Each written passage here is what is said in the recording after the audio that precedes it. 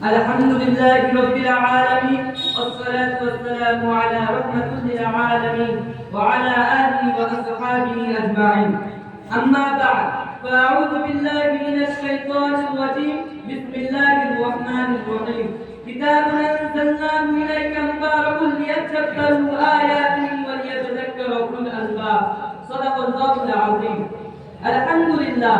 সমস্ত প্রশংসা সমস্ত তারিফ সেই মহান মুতাকার রব্বুল আলামিনের জন্য যিনি আমাদের জন্য নাযিল করেছেন মহাগ্রন্থ কিতাব আল কোরআন। সেজন্য আমরা সকলেই দিল থেকে বলি আলহামদুলিল্লাহ। দরুদ ও সালাম বর্ষিত হোক আমাদের প্রিয় নবী হযরত মুহাম্মদ মুস্তাফা সাল্লাল্লাহু আলাইহি ওয়াসাল্লামের উপরে, যাকে গোটা উম্মতের জন্য রহমত স্বরূপ পাঠানো হয়েছে। সেজন্য আমরা সকলেই বলি সাল্লাল্লাহু আলাইহি ওয়াসাল্লাম। আমার সম্মানিত প্রিয় ভাইরা, আজ আমি আপনাদের সামনে কোরআন সম্পর্কে আলোচনা করব ইনশাআল্লাহ।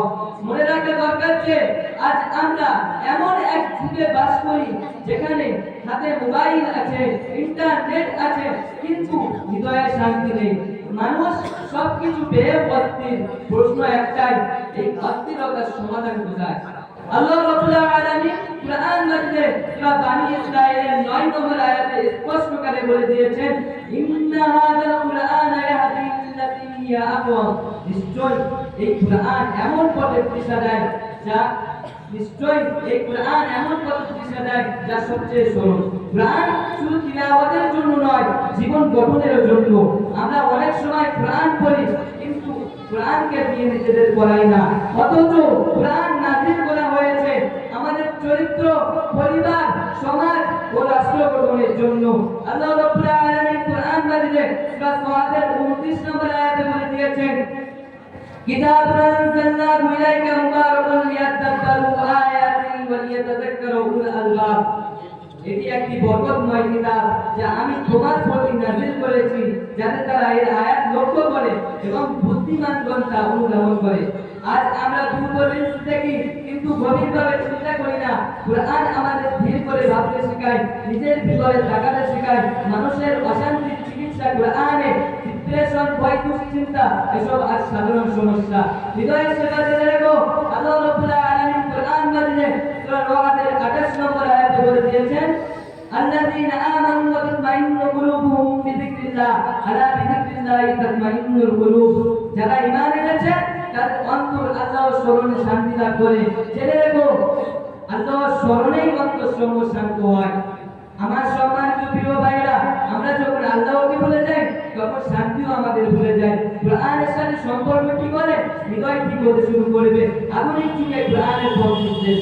আজ সোশ্যাল মিডিয়ায় দেখা যায় গীবত, অপবাদ, মিথ্যা সব সহজ, কিন্তু কোরআন নৈতিকতা শেখায়। আল্লাহ রাব্বুল আলামিন কোরআন মাজিদে সূরা হুজরাতের 12 নম্বর আয়াতে বলে দিয়েছেন, ইয়া আইয়ুহাল্লাযীনা আমানু ইজতানিবু কাসীরাম মিনায-যন্নি ইন্না বা'দায-যন্নি ইসমুন ওয়া লা তাজাসসাসু ওয়া লা ইয়াগতাব বা'দুকুম বা'দা। হে মুমিনগণ, তোমরা অনেক ধারণা থেকে বেঁচে থাকো। নিশ্চয় সঠিক ধারণা করো না এবং গোপনীয় বিষয় সন্ধান করো না এবং একে অপরের গীবত করো না।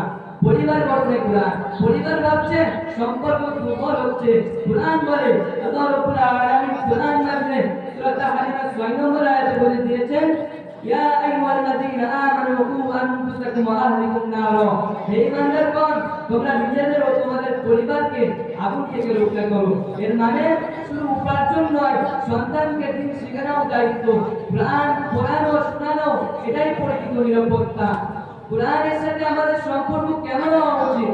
প্রতিদিন অন্তত কিছু আয়াত পড়া, অর্থ বোঝার চেষ্টা করা, নিজের জীবনে আমল করা এবং পরিবারের সাথে ভাগ করে নেওয়া। আল্লাহ রাব্বুল আলামিন কোরআন মাজিদে সূরা তাহা 124 নম্বর আয়াতে বলে দিয়েছেন, ওমান আ'রাদা আন যিকরি ফাইন্না লাহু মাঈশাতান যানকা। আর যারা আমার স্মরণ থেকে ফিরিয়ে নেবে তাদের জীবন হবে সংকুচিত। আমার সম্মানিত প্রিয় ভাইরা, এই জন্যই আমি বলছিলাম হাতে মোবাইল, চোখে স্ক্রিন, হারিয়ে যাচ্ছে হৃদয়ের দিক। যেটা বলে তুমি বিশ্বাস, শান্তি খোঁজে ক্লান্ত নিঃশ্বাস। এই যুগে এসে লাগছে যান আল্লাহর কিতাব কোরআন, আয়াতটার আলোর পথ ভাঙা মন পাই নতুন শক্তি। স্মরণ নয় যদি পড়ি মন দিয়ে, জীবন বদলায় কোরআন নিয়ে। আমার সম্মানিত প্রিয় ভাইরা, আমরা যখন কোরআন থেকে দূরে সরে যাই তখন জীবন সংকীর্ণ হয়। আর যখন কোরআনের কাছে আসি জীবন প্রশস্ত হয়। তাই আসুন আজ থেকে আমরা কোরআনকে তাকের কিতাব না বানিয়ে জীবনের গাইড বানাই। আল্লাহ রাব্বুল আলামিন আমাদের সকলকে কোরআনকে বোঝার, মানার এবং তা অনুযায়ী চলার তৌফিক দান করুন। আমিন। ওয়া আখিরু দাওয়ানা আলহামদুলিল্লাহি রাব্বিল আলামিন।